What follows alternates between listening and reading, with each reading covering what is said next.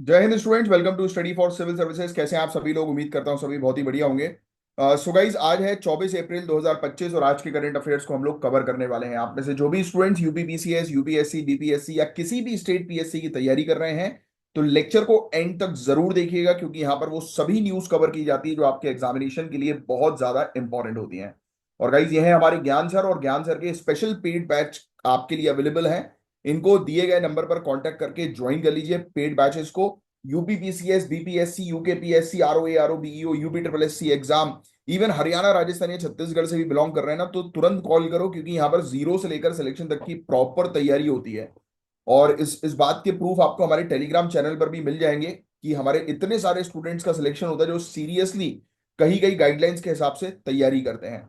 So guys, आज की ये टॉपिक्स हैं जिनको एक एक करके हम लोग कवर अप करेंगे। और हालांकि जैसे मैं रेगुलरली आपके कमेंट जो है वो चेक करता हूं, आज कर नहीं पाऊंगा बिकॉज मेरा फोन कहीं पर एंगेज्ड है। तो आप पेन और पेपर लेकर बैठिए, मैं कल आपके कमेंट्स जो है वो देखूंगा। और अभी के लिए जो भी चीज मैं टॉपिक्स की बताऊंगा आपको, वो आपको ध्यान से सुनना है, समझना है टॉपिक को, और जो बताऊंगा अलग से उसको नोट डाउन करना है। राइट? तो फैक्ट्स मैं आपको अलग से जो है वो लिखवाऊंगा आपके नोट्स के हिसाब से। बाकी चीजों को सिर्फ समझने के ऊपर आप फोकस करो। तो चलिए स्टार्ट करते हैं। मैं हूं आपका educator Kamalaksh Jha. Let's start. जय श्री महाकाल। आओ। तो कैलाश मानसरोवर यात्रा से रिलेटेड ये टॉपिक हम लोग को जो है वो देखने को मिल रहा है। बट गाइस, आपको ऑलरेडी पता है कि जम्मू एंड कश्मीर में अभी एक बहुत ही इंपॉर्टेंट टूरिस्ट प्लेस पर बहुत बुरी घटना जो है वो घटी है। शायद आप उस चीज के बारे में जो है वो जानते ही होंगे। टेररिस्ट अटैक जो है वो हुआ है, और ये बहुत ही गलत चीज है। इसके कारण हमारी जो कंट्री है, जो सेक्युलर कंट्री है, जहां पर हमारी कंट्री के अंदर इस प्रकार के जब एक्ट्स होते हैं, तो कहीं ना कहीं सीधे सीधे सेक्युलरिज्म पर बहुत बड़ा नुकसान जो है वो पहुंचता है। और ये बेसिकली एक प्रकार की गई साजिश है, मैं तो कहूंगा इंसानियत के खिलाफ। अगर आप थोड़ा कॉमन मैन के पॉइंट ऑफ व्यू से हटकर चीजों को देखें, तो आपको एक चीज बहुत क्लियरली जो है वो समझ में आएगी कि हमारी कंट्री के अंदर ही लोगों को आपस में लड़वाने भिड़वाने के मुद्दे से भी ये एजेंडा जो है वो कई बार क्रिएट कर दिया जाता है। तो कभी भी नफरत जो है वो ना फैलाएं। राइट? और मेन चीज जो है वो ये है कि ऑब्वियस ही बात है कि जो लोग जो धर्म के नाम पर, जैसे आपने वीडियोस जो है वो देखे होंगे कि धर्म पूछकर जो है वो गोली जो है वो मार दी। तो कई कई केसेस में ये एक साजिश भी जो है होती है कंट्री के अंदर लोगों को जो है वो लड़वाने की, भिड़वाने की। राइट? और आप आने वाले समय के अधिकारी बनने वाले हैं, आपको लॉ एंड ऑर्डर मेंटेन करने पर फोकस करना। और मेन सबसे ऊपर चीज है भाई कि किसी का भी खून बहता है तो खून लाल ही होता है यार। तो इंसानियत इज वेरी इंपॉर्टेंट। यस। तो चलिए, मैं आपको जो है वो टॉपिक पढ़ाऊंगा। बाकी टेररिस्ट अटैक से रिलेटेड एक दो दिन में टॉपिक आपके पास अच्छा आएगा, हमारी टीम उस पर जो है वो काम कर रही है। तो चलिए, लेट्स स्टार्ट द टॉपिक। तो हम बात करने वाले हैं एक ऐसे टॉपिक पर जो कल्चरल, स्ट्रैटेजिक और डिप्लोमेटिक इंपॉर्टेंस रखता है। Very important topic, Kailash Mansarovar यात्रा 2025 की वापसी। तो गाइस, 2025 में कैलाश मानसरोवर यात्रा वापस शुरू हो रही है। 4 साल तक इस यात्रा को रोक दिया था। ये क्यों रोकी गई थी यात्रा? तो कोविड-19 पेंडेमिक हुआ था 2020 में, और फिर उसके बाद इंडो चाइना के बीच में बॉर्डर इश्यूज थे, स्पेशली गलवान क्लैश। आपको इसके बारे में देखो पता होगा, गलवान क्लैश में जो इशू हम लोग को देखने को मिले थे गलवान वैली में, याद आ रहा है? तो उसके बाद जो है ये यात्रा दोबारा से शुरू करने की बात हो रही है। तो अब ये डिसीजन सिंबल है एक नई बेसिकली शुरुआत का, यानी इंडिया और चाइना के बीच रिलेशन में थोड़ी सॉफ्टनेस जो है वो आई है। आप बता सकते हो गलवान क्लैश कब हुआ था? कमेंट बॉक्स पे, कि गलवान का जो मुद्दा था वो कब हुआ था, कौन से ईयर में हुआ था, कमेंट बॉक्स में बता सकते हो। चलो, सबसे पहले तो माउंट कैलाश की इंपॉर्टेंस तो आप सभी को पता ही है। हिंदूज के लिए भगवान शिव का घर माना जाता है कैलाश पर्वत। कैलाश है, मजा आ जाता है कि भगवान शिव जो है वहां पर निवास करते हैं। तो हर हर महादेव सभी को। सो बुद्धिस्ट, जैन और बॉन रिलीजन में भी इस जगह का बहुत महत्व है। क्या मुझे बता सकते हो कमेंट बॉक्स पर लिखकर कि ये बॉन रिलीजन जो है वो कौन सा रिलीजन है? कमेंट बॉक्स पे लिखकर इसके बारे में बताइए। देखो, मैं जानबूझकर ऐसे कुछ टॉपिक्स जो है वो आपको देता हूं जिसकी जानकारी आपको होनी चाहिए, और नहीं है तो मैं चाहता हूं कि आप वो सर्च करें, फिर मुझे कमेंट बॉक्स पर लिखकर बताएं। इससे दो चीजें होती हैं गाइस। एक, आप जब सर्च करते हैं तो आपकी टेम्पररी मेमोरी से कोई टॉपिक परमानेंट मेमोरी में जाता है, फिर जब आप दोबारा से उसका कमेंट जो है वो करेंगे, तो सबसे बेस्ट चीज क्या रहेगी, वो टॉपिक लॉन्ग टर्म के लिए आपको जो है वो याद रहेगा। तो बताओ मुझे, बॉन्ड रिलीजन जो है वो किससे एसोसिएटेड है? तो बुद्धिस्ट, जैन और बॉन रिलीजन में भी इस जगह की बहुत स्पिरिचुअल वैल्यू है, कभी कभी प्रीलिम्स में डायरेक्ट आ सकता है। लेक मानसरोवर एक बहुत ही पवित्र फ्रेश वाटर लेक है इसी के पास। परिक्रमा यानी सरकम एम्बुलेशन करने लोग जो है वो जाते हैं, परिक्रमा करने जाते हैं स्पिरिचुअल प्यूरिफिकेशन के लिए, पवित्र होने के लिए। यहां पर ये है ना। तो ये चीज लेक मानसरोवर 4600 मीटर की ऊंचाई पर हम लोग को देखने को मिलती है। फैक्ट जो है वो लिखिएगा, 66638 मीटर्स पर की ऊंचाई पर माउंट कैलाश हम लोग को देखने को मिलता है, भगवान शिव जी का स्थान, जहां पर भगवान शिव जी जो है वो निवास करते हैं। तो गवर्नमेंट ने 1981 में इस यात्रा को ऑर्गेनाइज स्ट्रक्चर में कन्वर्ट किया था। 1981, तो सरकार ने बोला कि भाई 1981 से इंडियन गवर्नमेंट बोल रही थी कि यार स्ट्रिक्ट मेडिकल और एज रिलेटेड गाइडलाइंस के तहत जो है ये यात्रियों को यात्रा करवाई जाएगी, सभी के लिए नहीं है, सिर्फ उन्हीं के लिए जो मेडिकली फिट एंड फाइन है उनको जो है वो अलाउ किया जाता है इस यात्रा के लिए। और जून से लेकर सितंबर में ये यात्रा होती है। एज लिमिट होती है 18 से लेकर 70 साल की उम्र के लोगों को दी जाती है ये यात्रा करने का मौका, और मेडिकल फिट लोगों को ही अलाउ किया जाता है। सिलेक्शन होता है कंप्यूटराइज ड्रॉ से, और इसकी कॉस्ट जो है वो लगभग 2 लाख रुपए से ज्यादा जो है वो होती है। राइट, तो ये फैक्ट भी आप थोड़ा सा ध्यान में रखिएगा। आगे की जो है वो चर्चा करें, बट उससे पहले एक क्वेश्चन प्रीलिम्स में जो है वो आ सकता है। आप मुझे बताएं कि कौन सा पास जो है, ध्यान सुनना क्वेश्चन को, कौन सा पास जो है वो कैलाश मानसरोवर की यात्रा में है। मैं ऑप्शंस बता रहा हूं, आपको इसका आंसर बताना है। कौन सा पास कैलाश मानसरोवर की यात्रा में है? ऑप्शन एक Nathula, option B Lipulekh, option C Rohtang. बताइए कौन सा पास आपको जो है वो कैलाश मानसरोवर की यात्रा में देखने का मिलता है। ये प्रीलिम्स में जो है वो डायरेक्टली इससे रिलेटेड आपसे क्वेश्चन जो है वो गाइस पूछे जा सकते हैं, तो इसका आंसर आप बताइए। तो मैं बता देता हूं इसका आंसर, नाथुला और लीपू लेक दोनों हम लोग को देखने को मिलते हैं पासेस इस यात्रा के दौरान। ठीक है। तो ये यात्रा बंद होने का मेन रीजन इंडो और चाइना के बीच में 2020 में गलवान वैली का जो क्लैश हुआ था उस कारण हुई थी। अब कुछ डिसएंगेजमेंट एग्रीमेंट जो है वो साइन हुए हैं। डैमचौक और देपसांग से डिसएंगेजमेंट हुआ, यानी कि वहां से आर्मी ने जो है वो अपनी फोर्सेस को जो है वो पीछे किया। हाई लेवल मीटिंग्स के बाद जो है ये यात्रा दोबारा से शुरू हो रही है। फॉरेन सेक्रेटरी ने चाइना विजिट किया था, जहां दोनों साइड्स ने यात्रा रिज्यूम करने पर एग्री किया। फिर टोटल 3 मेन रूट्स है गाइस यहां पर पहुंचने के लिए, जो आपको जो है वो पता होना चाहिए, वेरी वेरी इंपॉर्टेंट। आप चाहे तो जो है वो आप लिख सकते हैं। टोटल 3 मेन रूट्स हैं। देखिए, एक नेपाल रूट हम लोग को जो है वो देखने को मिलता है वाया नेपालगंज, ये चीज ध्यान में रखिएगा। एक रूट जो है वो हम लोग को देखने को मिलता है नाथुला पास, जो मैंने आपको बताया वो सिक्किम से होकर गुजरता है, ये भी लिखिएगा। और एक रूट हम लोग को लीपू लेक पास जो है वो देखने को मिलता है, जो उत्तराखंड से होकर गुजरता है। मैं आपको बता दूं, उत्तराखंड वाला जो ये लीपू लेक पास है गाइस, ये बहुत ही टफ है और हालांकि छोटा रूट है। नाथुला पास जो है वो सिक्किम के अंदर है, यहाँ पर गाड़ियां जा सकती हैं। रूट जो है वो आसान है बट लंबा रूट है। नेपाल से होकर अगर आप गुजरोगे तो ये प्राइवेट रूट होता है, जो काफी कॉस्टली पड़ता है, और यहाँ पर वीजा का भी इश्यूज देखने को जो है वो मिलता है। आप चाहो तो ये एल्टीट्यूड वगैरह, ऊंचाई वगैरह चाहो तो याद रखना चाहो तो याद जो है वो रख सकते हो। बाकी सिर्फ ये 3 पासेस के बारे में आपको एक जानकारी जो है वो होनी चाहिए। ठीक है। ट्राई जंक्शन इंडिया, नेपाल और तिब्बत के बीच में हम लोग को देखने को मिलता है, जो कि एक स्ट्रेटेजिक चोक पॉइंट जो है वो कहा जाता है। आपको बता दें, तिब्बत ऑटोनॉमस रीजन अथॉरिटीज को अकोमोडेशन और सेफ्टी इंश्योर करता है, और इस पर सिक्योरिटी और बढ़ानी पड़ेगी। मिनिस्ट्री ऑफ एक्सटर्नल अफेयर्स अभी तक एग्जैक्ट प्रोसेस इन्हें अनाउंस जो है वो नहीं करी है, लेकिन कल्चरल डिप्लोमेसी के लेवल पर ये एक ट्रस्ट बिल्डिंग स्टेप जो है वो हो सकता है। तो बहुत ही बढ़िया, ये सॉफ्ट पावर और डिप्लोमेसी का एक काफी अच्छा जो है वो टॉपिक था आज की डेट की। यही सब चैलेंजेस हम लोग को बॉर्डर डिस्प्यूट्स के देखने को मिलते हैं। राइट, सिक्योरिटी का एक चैलेंज है, इससे फायदा यही होगा कि people to people connectivity interaction जो है वो बढ़ जाएगा, तो कल्चरल रिलेशंस और बेहतर तरीके से एक्सपेंड जो है वो हो सकते हैं। तो ये था इस पूरा वाला टॉपिक। होपफुली आपको टॉपिक अच्छे से समझ में आया होगा, और जो पॉइंट्स मैंने आपको बताया वो होपफुली आपने लिख लिए होंगे। तो जो चीज बोलता हूं वो लिखा जरूर किया करो। अब हम बात करेंगे एक ऐसे इनिशिएटिव की जो इंडिया के कल्चरल हेरिटेज को बचाने के लिए गेम चेंजर बन सकता है। कर्नाटक का first of its kind village level heritage mapping project, याद रखिएगा, कर्नाटक का हेरिटेज मैपिंग प्रोजेक्ट है विलेज लेवल का। एंटीक्विटीज के सर्वे जो है वो किए जा रहे हैं, यानी कि जो बहुत पुराने समय पर जो वस्तुएं जो होती है ना, जैसे कि कोई खुदाई करी हमने, कोई हमें मेटल की प्लेट मिल गई, कोई खुदाई करी हमने, कोई घड़ा मिल गया, है ना, कोई बर्तन मिल गए, कोई कॉइन्स मिल गए, ये एंटिक्विटीज है ना। तो विलेज गांव गांव पर जो है वो सर्वे जो है वो किया जा रहा है कर्नाटक के अंदर, और उसी का ये हेरिटेज मैपिंग प्रोजेक्ट है। कर्नाटक का पहला ये विलेज लेवल का हेरिटेज मैपिंग प्रोजेक्ट है, याद रखना है आप। तो कर्नाटक सरकार ने एक यूनिक सर्वे जो है वो स्टार्ट किया है, जिसमें गांव के लेवल पर एंटीक्विटीज का डॉक्यूमेंटेशन हो रहा है, यानी कि कौन से गांव में जो है वो कौन सी वस्तुएं मिली हैं। यानी हर मूर्ति, हर इंस्क्रिप्शन, यानी कि लिखी हुई जो चीजें होती है ना, मॉन्यूमेंट्स हुए, राइट, और मंदिर हुए, सबको डिजिटली जो है वो शामिल किया जा रहा है जियो टैगिंग के थ्रू।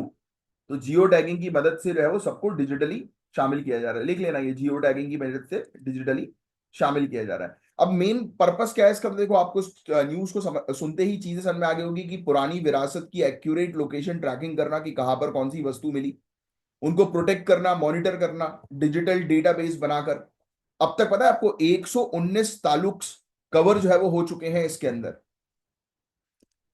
तो ये चीज थोड़ी सी जो है वो ध्यान में रखिएगा। तो ये एक मॉडल हो सकता है heritage conservation and local governance के इंटीग्रेशन का, मतलब कि हम अपनी पुरानी विरासत को जो है वो प्रोटेक्ट करें और साथ ही साथ कम्युनिटी की भी मदद से ये चीज सक्सेसफुल बनाए, राइट। तो ये चीज हम लोग को देखने को मिल रही है। तो अब इन सब आर्टिफैक्ट्स जो है, यानी कि ये वस्तु जो मिल रही है, उनकी जियो टैगिंग से जो है वो क्या होगा, तो इजिली हम उसको मॉनिटर कर पाएंगे। डिजास्टर रिस्पॉन्स पे हेल्प मिलेगी, यानी कि कभी कोई दुर्घटना होती है, कोई आपदा आती है, तो उस दौरान हमें पता होगा एग्जैक्टली कि किस जगह पर जो है वो कौन सी वस्तु है, तो उसको हम प्रोटेक्शन दें, या उस जगह पर जो है वो डिजास्टर रिस्पॉन्स के लिए जो है वो पहले से बंदोबस्त जो है वो करके रखें। चोरी होने से जो है वो बचेगी, इसका मिसयूज होने से बचेगा, टूरिज्म होगा, लोग एजुकेट होंगे, लोगों को पता लगेगा हमारी विरासत के बारे में। सोच के देखिए कि क्या ये मॉडल दूसरी स्टेट जैसे कि राजस्थान, तमिलनाडु, ओडिशा फॉलो कर सकते हैं। ऑब्वियसली ये सभी स्टेट्स को फॉलो करना चाहिए।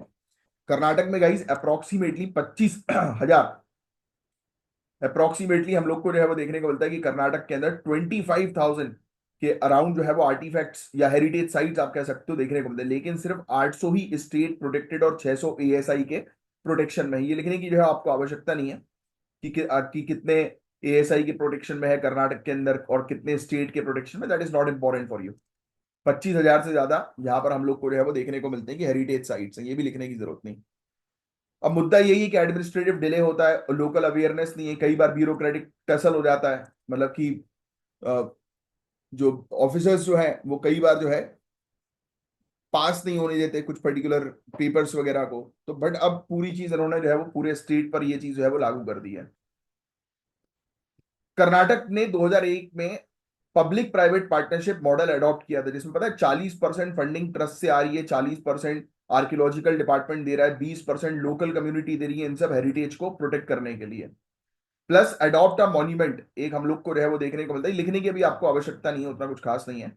ये अडॉप्ट अ मॉन्यूमेंट प्रोग्राम ये कर्नाटक का है, ये वाली चीज लिख सकते हो, है ना। ये CSR responsibility, corporate social responsibility के तहत आता है। जो कंपनी वाले जो होते हैं ना, तो उनको कहा जाता है कि भाई आप सोसाइटी के लिए आपके जो फंड्स जो आप कंट्रीब्यूट करते हो, तो उसमें आप ये हेरिटेज के प्रोटेक्शन के लिए भी फंड जो है वो अलग से निकालो। तो ये काफी इनोवेटिव अप्रोच है इन सब हेरिटेज को जो है वो प्रोटेक्ट करने की, जो आप अपने मेन्स में जो है वो यूज कर सकते हो। सिटीजन्स का भी काफी इंपॉर्टेंट इसमें रोल जो है वो रहता है कि प्रोटेक्शन में, क्योंकि हम ही लोग हैं, हम अगर इन सब हेरिटेज साइट्स को अगर नुकसान पहुंचाएंगे तो फिर कैसे काम बनेगा। तो हमारे बीच में अवेयरनेस होनी चाहिए कि ये सब विरासत जो है उनको प्रोटेक्ट करके हमें रखना है।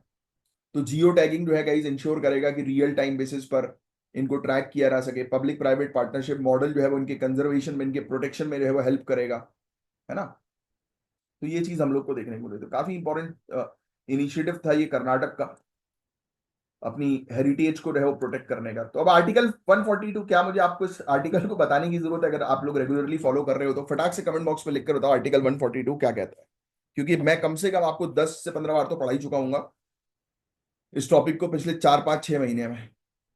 तो हम बात करेंगे आर्टिकल की जो बार बार कंट्रोवर्सी का पार्ट बन रहा है, बार बार आप इस टॉपिक को देख रहे हो, और ऑनरेबल सुप्रीम कोर्ट ने तमिलनाडु के 11 बिल्स को गवर्नर की अप्रूवल के बिना डीम्ड पास डिक्लेयर कर दिया। तो यार ये फिर से इस टॉपिक को इन्होंने रिपीट कर दिया। बताओ मुझे कमेंट बॉक्स में कि ये टॉपिक रिपीटेड है कि नहीं। क्या ये टॉपिक हमने पहले नहीं पढ़ा है, जुडिशियल ओवर रीच और जुडिशियल एक्टिविज्म का? अब आप बोल रहे हो सर रिपीटेड है तो क्यों लेके आ रहे हो? बेटा आपके रिवीजन के लिए लेकर आ रहे हैं। कि आप अच्छे से रिवाइज कर सको, क्योंकि जो टॉपिक बार बार आर्टिकल्स में दिखाई देते हैं ना, बार बार न्यूज में, वो टॉपिक 100% एग्जामिनेशन में आएंगे। 100% आर्टिकल 142 आपके एग्जामिनेशन में आना ही है। 100% ये पूछा जाएगा कि अगर अब मुझे बताओ रिसेंट जजमेंट के थ्रू कि वीटो पावर जो है गवर्नर की, क्या वो कॉन्स्टिट्यूशनल है या फिर अब उसको ऑनरेबल सुप्रीम कोर्ट ने अनकॉन्स्टिट्यूशनल डिक्लेयर कर दिया है, बताओ। तो अब वीटो पावर असंवैधानिक हो गई है ऑनरेबल सुप्रीम कोर्ट के लेटेस्ट जजमेंट के थ्रू। तो आर्टिकल 142, ये आर्टिकल सुप्रीम कोर्ट को ये पावर देता है कि वो कंप्लीट जस्टिस डिलीवर कर सकती है इन एनी पेंडिंग केस, मतलब आउट ऑफ द बॉक्स जाकर अपना जजमेंट दे सकती है, जो मैं अक्सर बोलता हूं। आर्टिकल 142 क्लॉज 1, सुप्रीम कोर्ट जो है वो पास कर सकती है किसी भी ऑर्डर को कंप्लीट जस्टिस कराने के लिए। Article 142 clause 2, supreme court ensure करती है कि पूरी कंट्री के अंदर जो है वो किसी भी तरीके से ऑनरेबल सुप्रीम कोर्ट के ऑर्डर्स की, जजमेंट की आलोचनाएं नहीं होनी चाहिए। तो आपको लगता है कि कंप्लीट जस्टिस का मतलब कॉन्स्टिट्यूशनल बाईपास है? सोचो, बड़ा इंपॉर्टेंट चीज मैंने पूछी है। क्या आपको लगता है कि कंप्लीट जस्टिस का मतलब कॉन्स्टिट्यूशनल बाईपास? कॉन्स्टिट्यूशनल बाईपास शब्द को तोड़ दो कि संविधान में जो चीज लिखी हुई है उससे हटकर ऑनरेबल सुप्रीम कोर्ट कर रही है, तो क्या ये सही है? क्या लगता है आपको, बताइए। इसका आंसर जो दे देगा ना, तो ये मान के चलो पॉलिटी की उसकी तैयारी बहुत तगड़ी है। अभी वीडियो को पॉज करो जरा, बताओ, क्योंकि इसका आंसर मैं बताने वाला हूं अभी। पॉज करो, आप तो पॉज करो, लिखो। क्या आपको लगता है क्या कि ये बाईपास है? देखते हैं कौन देगा इसका आंसर। पॉलिटी ध्यान से पढ़ी होगी ना, तो अब इसका आंसर आपके दिमाग में तुरंत आना चाहिए, क्लिक। ये कहीं लिखा नहीं है गाइज, ये कहीं लिखा नहीं है, ये पॉलिटी पढ़ने से होता है, इसलिए बोलता हूं बार बार कि उठाओ अपने फोन को, इस नंबर पर कांटेक्ट करो और ज्वाइन करो कोर्सेज को। वेरी इंपॉर्टेंट, जब तक क्लैरिटी नहीं होगी तब तक आंसर्स बना नहीं पाओगे, प्रीलिम्स क्रैक नहीं कर पाओगे। क्लैरिटी होना is very important in general studies. तो इसका आंसर, सटीक आंसर ये है कि कॉन्स्टिट्यूशन के अंदर ही मेंशन्ड है कि सुप्रीम कोर्ट जो है वो गार्जियन है, प्रोटेक्ट करेगा कॉन्स्टिट्यूशन को। तो वो अगर बाईपास और इंटरप्रेटेटर है कि इंटरप्रेट करेगी ऑनरेबल सुप्रीम कोर्ट संविधान को, तो अगर संविधान में कोई चीज मौजूद नहीं है और संवैधानिक चीजों को जो है वो समय के अकॉर्डिंग, इसलिए तो बोलते हैं लिविंग डॉक्यूमेंट है हमारा कॉन्स्टिट्यूशन, कि समय के अकॉर्डिंग जो है वो उसको इंटरप्रेट जो है वो करना ऑनरेबल सुप्रीम कोर्ट के हाथ में। इसीलिए अगर ऑनरेबल सुप्रीम कोर्ट 142 का इस्तेमाल कर रही है, जो कि कॉन्स्टिट्यूशन का खुद का हिस्सा ही है, तो वो कैसे कॉन्स्टिट्यूशन बाईपास हो गया? क्योंकि वो हिस्सा ही कॉन्स्टिट्यूशन का है ना। That is the thing. ये ऐसी चीजें गोल घुमा के पूछी जाएंगी और उसमें आपको बिल्कुल क्लैरिटी के साथ दो तीन पॉइंट्स लिखना है, दैट्स इट। इंटरव्यू में पूछेंगे आपसे तो क्लैरिटी के साथ दो तीन पॉइंट्स बताने हैं, जो आपका जो पढ़ा हुआ है पॉलिटी वो भी आपका बेस रहे, प्लस साथ ही साथ आपकी बिल्कुल क्विक आंसर्स। और क्विक आंसर तभी आएंगे जब रेगुलर रिविजन्स करोगे, रेगुलर पढ़ोगे गाइस। तो अब मैं आपको थोड़ा सा ये बिल वगैरह के बारे में बता दूं। वैसे आपको जरूरत नहीं है मुझे बताने की, क्योंकि आपको ऑलरेडी पता है कि 2024 में तमिलनाडु के गवर्नर ने 11 बिल्स डिले कर दिए थे। गवर्नर अप्रूवल नहीं दे रहे थे, ऑनरेबल सुप्रीम कोर्ट ने 142 का यूज किया और गवर्नर को बाईपास किया, बिल को पास मान लिया गया। और ये पहली बार है कि जुडिशरी ने लेजिस्लेटिव आउटकम डिसाइड किया हो, कि पहली बार ऐसा है कि ऑनरेबल सुप्रीम कोर्ट जो है वो लेजिस्लेचर के फाइनल डिसीजन को जो है वो कर रही है, हस्तक्षेप कर रही है उसमें।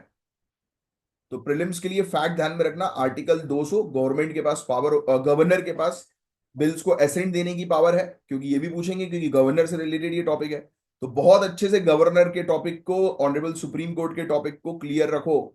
ये दोनों टॉपिक्स आएंगे एग्जामिनेशन में। जो चीज करंट अफेयर्स में आती है वही जीएस से में उसी से रिलेटेड क्वेश्चंस बनते हैं। तो करंट अफेयर्स बहुत इंपॉर्टेंट होता है, लोग इसको पढ़ते नहीं है, सोचते हैं कि हम सिर्फ जीएस पढ़ लें, ऐसा नहीं है, दोनों पढ़ना है। जीएस पढ़ोगे तो करंट अफेयर्स समझ में आएगा और करंट अफेयर्स के थ्रू क्लैरिटी मिल जाएगी कि कौन से क्वेश्चंस आ रहे हैं एग्जाम में, कौन से नहीं आ रहे हैं। और जुडिशियल ओवररीच तो आपसे पूछेंगे भैया, ये मेंस में जुडिशियल ओवररीच का आंसर बनाना शुरू कर दो आज से ही। ऑनरेबल सुप्रीम कोर्ट ने कोलेजियम अपॉइंटमेंट में डिले होने पर भी आर्टिकल 142 का उपयोग करने की वार्निंग दी थी, लेकिन अपॉइंटमेंट का कॉन्स्टिट्यूशनल पावर तो प्रेसिडेंट के पास होता है आर्टिकल 124 के तहत।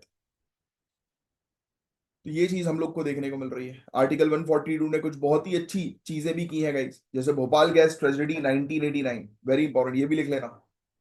अब देखो कुछ एक्स्ट्रा, अब देखो आर्टिकल पढ़ रहे हैं ना, तो ऐसे ही थोड़ा हमारी टीम ने जो है वो रिपीटेड आर्टिकल जो है वो डाल दिया, उसमें कुछ चीजें होती हैं जो मैं आपको अलग से बता देता हूँ।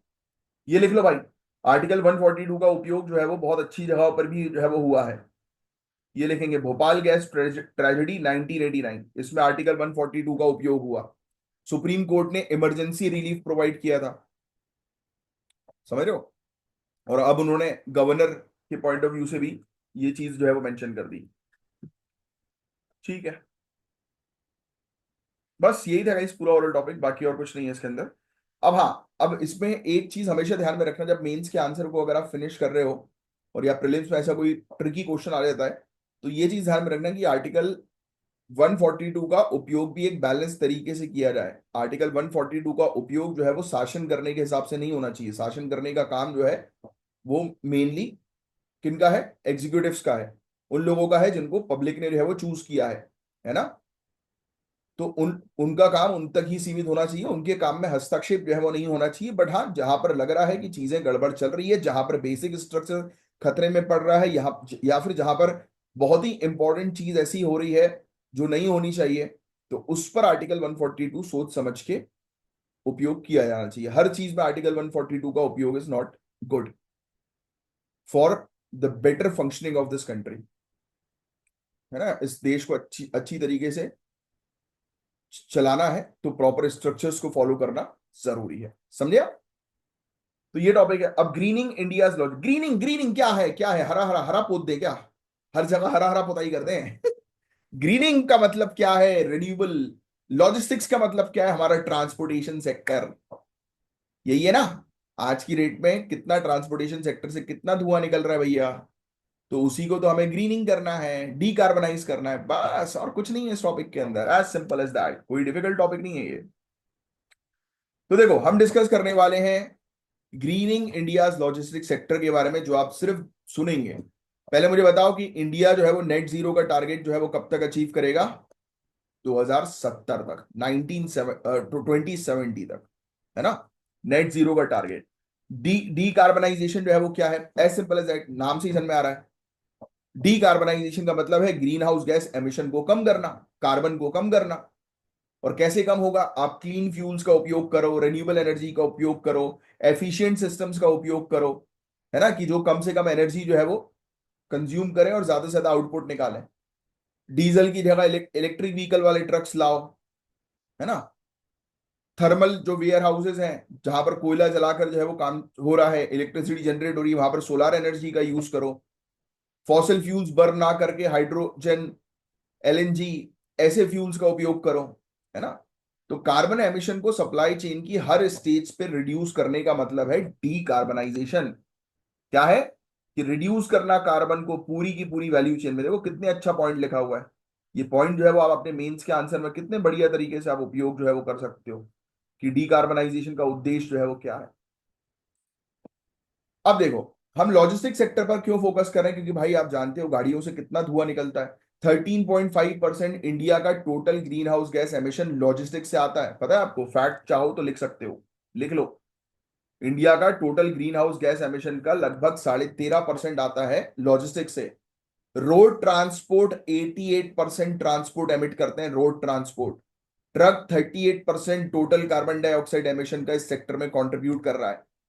इंडिया का 90% पैसेंजर और 70% जो माल जो होता है ना, जो रोड के माध्यम से जो है वो आता जाता है, वो डिपेंडेंट है।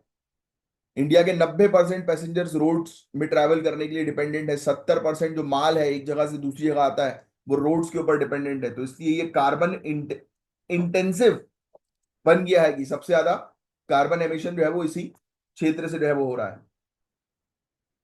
तो गवर्नमेंट ने गाइस कुछ पॉलिसीज लेकर आई हैं, जैसे कि अब आपको ऑलरेडी पता है, दिल्ली जयपुर कॉरिडोर जो है वो बन रहे हैं, इलेक्ट्रीफाइड हाईवेज पर जो है वो काम चल रहा है। एनर्जी एफिशिएंट वेयर हाउसिंग हो रही है, यानी कि ऐसे वेयर हाउस हम तैयार कर रहे हैं जहां पर सोलार पैनल्स वगैरह लगे हों, है ना। एनर्जी जो है वो रिन्यूएबल एनर्जी के माध्यम से जो है वो जनरेट हो। बट चैलेंजेस हैं ही भाई। डीजल ट्रक के ऊपर डिपेंडेंसी आज भी बहुत ज्यादा है। रेलवे का जो फ्रेट है, फ्रेट मतलब समझते हो ना, माल जो रेलवे के माध्यम से सामान एक जगह दूसरी जगह जाता है, वो अभी भी उसका जो शेयर है वो काफी लो है, even after electrification. Warehouses जो है वो हाई एनर्जी कंज्यूम जो है वो करते हैं। ठीक है, तो यही चीजें हैं। बस और कुछ नहीं है इसमें समझने वाला टॉपिक, उतना कुछ था नहीं, आपको ऑलरेडी पता है। स्लो मैरीटाइम रिफॉर्म्स हैं, यानी कि क्योंकि आपको पता है कि भाई समुद्र के माध्यम से अगर आप सामान को एक जगह से दूसरी जगह ले जाओगे या पानी के माध्यम से तो ज्यादा बेटर रहेगा, इसलिए तो रिवर इंटरलिंकिंग प्रोजेक्ट्स हम लोग को देखने को मिल रहे हैं कि हम तैयार कर रहे हैं, जिससे कि हमारी रिवर्स का उपयोग करके हम सामान को एक जगह से दूसरी जगह ले जाएं, जो पॉल्यूशन को जो है वो रिड्यूस भी करेगा। ठीक है। ई हाईवेज ट्रक के लिए जो है वो तैयार किए जाएं। LNG, hydrogen powered ship, infrastructure पर काम करना जरूरी है। आज भी जैसे आप इलेक्ट्रिक व्हीकल लेकर घूमो, तो आज भी हर जगह जो है वो इलेक्ट्रिक वो नहीं है, क्या बोलते हैं उसको, चार्जिंग स्टेशन, है ना, आज भी अवेलेबल नहीं है। आप देखिए, मैं तो बहुत बार परेशान हुआ ईवी में, बहुत बार दिमाग खराब हो जाता था कि जहाँ जिस पर्टिकुलर पेट्रोल पंप पे रखी हुई है मशीन पर, वो बोलते हैं मशीन चालू नहीं है। तो मैंने कहा रखी काहे को यार, दिखाने के लिए रखी, क्यों, क्योंकि क्लॉज आ गया है। तो भाई स्ट्रिक्ट मॉनिटरिंग करो, या तो वहां पर एक ऐसा नंबर डाल दो, टोल फ्री नंबर, कि जहां पर तुरंत किसी ने देखा कि वो नहीं चल रहा है तो कंप्लेन कर दो। समझे? तो ये चीजें हैं, अच्छी पॉलिसी जो है वो लेकर आई जाए, बस दैट्स इट। अब जो नेक्स्ट टॉपिक है गाइस, ये आएगा 90% से ज्यादा चांसेस है एग्जाम में आएगा ही आएगा। एनवायरमेंट से रिलेटेड टॉपिक है, क्लाइमेट चेंज से रिलेटेड टॉपिक है, बहुत इंपॉर्टेंट है। हरियर डिक्लेरेशन, वेरी वेरी इंपॉर्टेंट, लिख लो भाई, या हरारे डिक्लेरेशन, हरारे डिक्लेरेशन, बहुत ही इंपॉर्टेंट और ग्लोबल लेवल का initiative. Harare declaration, direct question आया किससे रिलेटेड है, 2024 में जिम्बाब्वे में अडॉप्ट किया गया, लिख लेना। 2024 में जिम्बाब्वे में अडॉप्ट किया गया ये CHAC, the climate and health Africa conference में, हरारे डिक्लेरेशन, पूरी चीज लिखेंगे आप, हरारे डिक्लेरेशन। क्या है ये, गोल क्या है इसका, अफ्रीका के हेल्थ सिस्टम को क्लाइमेट रेजिलिएंट बनाना, यानी कि अफ्रीका का जो हेल्थ सिस्टम है उसको इस प्रकार से जो है वो तैयार करना कि वो क्लाइमेट रेजिलिएंट हो, कि क्लाइमेट चेंज का अफेक्ट जो है वो उसके ऊपर ना पड़े। But why should Indian aspirants care, why, क्यों, क्योंकि हम लोग क्यों केयर करें, एस्पिरेंट मतलब सिर्फ सिविल सर्विसेज की नहीं है, एनवायरमेंट एस्पिरेंट्स की भी बात हो रही है, क्योंकि हम आगे बढ़ना चाह रहे हैं ना एनवायरमेंट के पॉइंट ऑफ व्यू से भी। Climate change, public health, international relation, सबसे जुड़ा हुआ है ये हरारे डिक्लेरेशन। तो ये बात तो समझे ना आप कि ये डिक्लेरेशन है किसके लिए, अफ्रीका के लिए है। अफ्रीका के हेल्थ सिस्टम को क्लाइमेट रेजिलिएंट बनाना, किसको, अफ्रीका के health minister, scientist, policy maker 51 country से, 34 अफ्रीका से, इन्होंने इस डिक्लेरेशन को जो है वो साइन किया। और अब ये रास्ता बना रहे हैं कि कैसे हम क्लाइमेट रेजिलिएंट हेल्थ सिस्टम बनाए। सबसे पहले तो ये समझना जरूरी, क्लाइमेट रेजिलिएंट हेल्थ सिस्टम आखिर है क्या, है कि नहीं, तो ये समझो आप, इस पर जो है वो मेनली फोकस है वो करो। तो अफ्रीका के क्लाइमेट और हेल्थ अफ्रीका कॉन्फ्रेंस 2024 के एंड पर इसको अडॉप्ट किया गया। क्लाइमेट चेंज को एक पब्लिक हेल्थ इमरजेंसी मानकर एक्शन लेना, पहला पॉइंट, क्लाइमेट चेंज को एक पब्लिक हेल्थ इमरजेंसी मानना है, लिख लो, climate change dash public health emergency, कि ये पब्लिक हेल्थ इमरजेंसी है क्लाइमेट चेंज। दूसरा, लोकल ट्रेडिशनल और साइंटिफिक नॉलेज को मर्ज करके पॉलिसी बनाना, आप ऐसे लिखेंगे, देखो ऐसे जब नोट्स बनाया करो ना, तो ये आपने ऐसे सर्कल बनाया लोकल, फिर आपने जो है वो दूसरा सर्कल बनाया ट्रेडिशनल, यहाँ पे ट्रेडिशनल डाल दो दूसरे से, समझ गए ना कैसे। और तीसरा सर्कल जो है वो बना दिया आपने, जिसमें आपने जो है लिख दिया साइंटिफिक नॉलेज। तो इसको सर्कल्स होंगी जो मर्ज हो रहे हैं ना सर्कल, तो इन तीनों को जो है वो ध्यान में रखते हुए पॉलिसीज बनाओ, कि साइंटिफिक पॉइंट ऑफ व्यू से पॉलिसीज बननी चाहिए, ट्रेडिशन यानी कि वहां पर जो जो लोग हैं उनके अकॉर्डिंग पॉलिसीज बननी चाहिए, है ना। तो वो चीज लोकल लोकल पॉलिसीज बननी चाहिए जो लोगों को हेल्प कर सके। तीसरा, रिसर्च करो और ऐसा हेल्थ रिस्पॉन्स रिस्पॉन्स सिस्टम जो है वो डेवलप करो जो सभी को हेल्प करे, क्योंकि आजकल देखो ना यार, आजकल कितनी ज्यादा प्रॉब्लम्स हो रही हैं क्लाइमेट चेंज के चलते।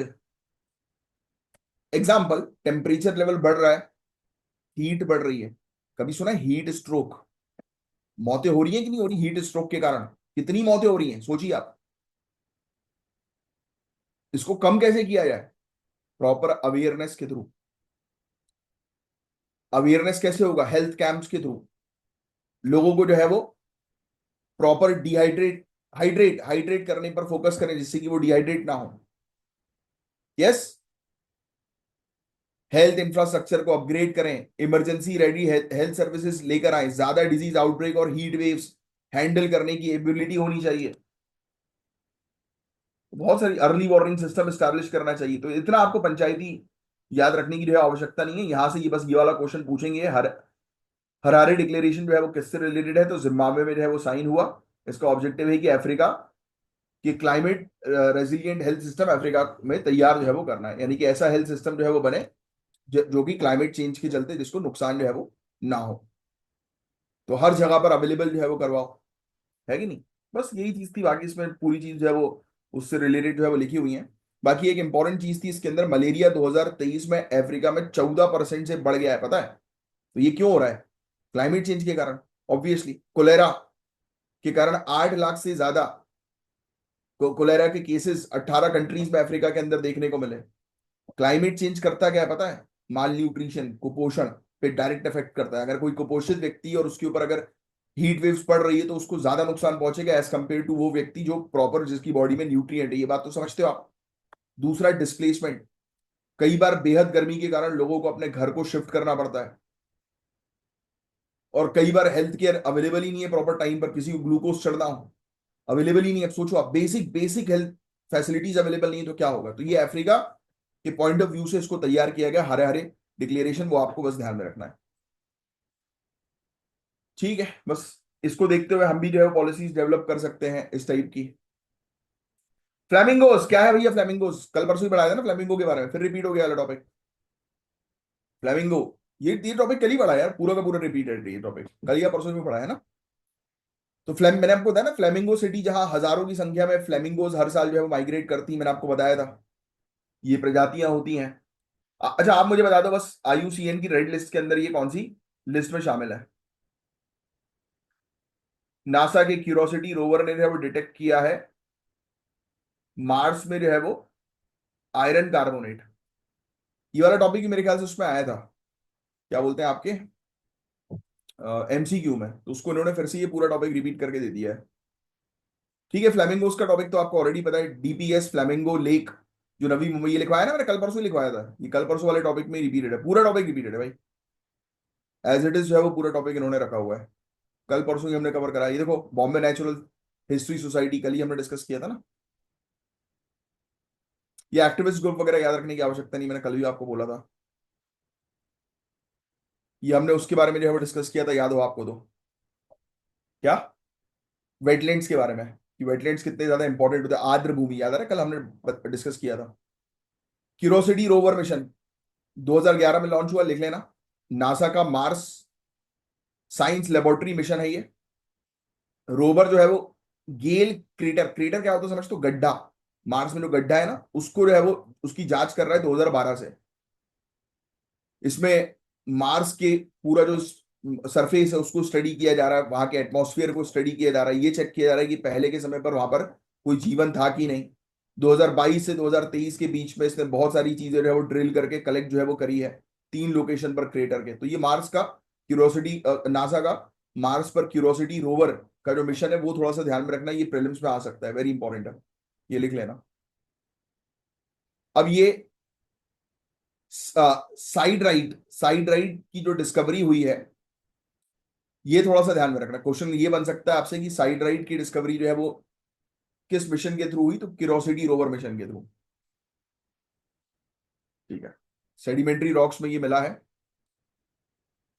कार्बन डाइऑक्साइड रिच एटमॉस्फेयर पहले था, तो उसका जिक्र कर रहा है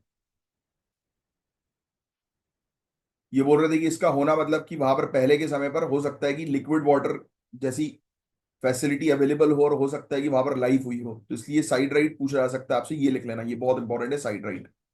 इससे रिलेटेड आपसे क्वेश्चन पूछे जा सकते हैं। बस बाकी और कुछ नहीं है इसके अंदर। ये फिर वही वेटलैंड का इन्होंने बीच में फिर ये वाला टॉपिक जो है वो डाल दिया। Vehicle to grid technology very important. Vehicle to grid electric vehicles की टेक्नोलॉजी में जो है वो एक बहुत ही बड़ा रेवोल्यूशन आई है। लिख लो, व्हीकल टू ग्रिड।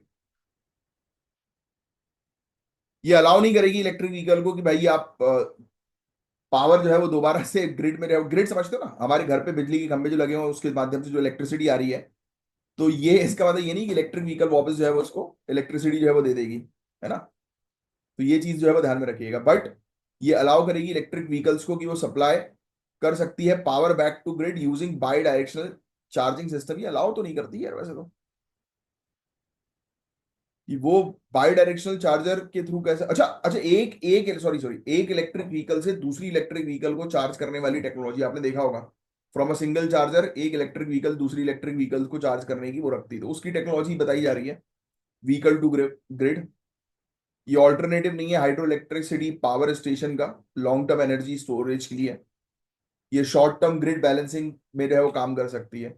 अच्छा हाँ, इवन जो है वो सर्किट्स वगैरह को भी जो है वो स्टार्ट करने में हेल्प कर सकती है शॉर्ट टर्म, यानी इन्वर्टर का काम कर लेगी। मतलब मान के चलो आपका इलेक्ट्रिक व्हीकल जो है वो आपके घर के इन्वर्टर का काम करेगा। तो ये बस ये ध्यान में रखना, बाई डायरेक्शनल चार्जर की इलेक्ट्रिसिटी ले भी लेगा और वापस भी दे देगा। तो ये टेक्नोलॉजी आजकल आने लगी है इसमें। अरे यार, और पता है मेन दिक्कत बताऊं क्या है, कि ये इनको चलाने, इनको चार्ज करने के लिए जिसके पास इलेक्ट्रिक व्हीकल है उसको ये पता होगा, इनको चार्ज ये हर किसी पता है जगह पर चार्ज भी नहीं होती। ये लोग देते तो हैं कि आप नॉर्मल चार्जर, जैसे मोबाइल हमारा चार्ज होता है ना, वैसे ही एक चार्जर भी देते हैं कि आप कहीं पर भी घड़ी करके चार्ज कर सकते हो, बट हर किसी सॉकेट में ही चार्ज भी नहीं होती। मैंने तो बहुत सारे ढाबों में इसको ट्राई किया था चार्ज करने का, मैं एक हाईवे में फंस गया था इलेक्ट्रिक व्हीकल लेकर। वो थी नेक्सॉन थी मेरे पास, बहुत परेशान हुआ था भाई मैं, बहुत।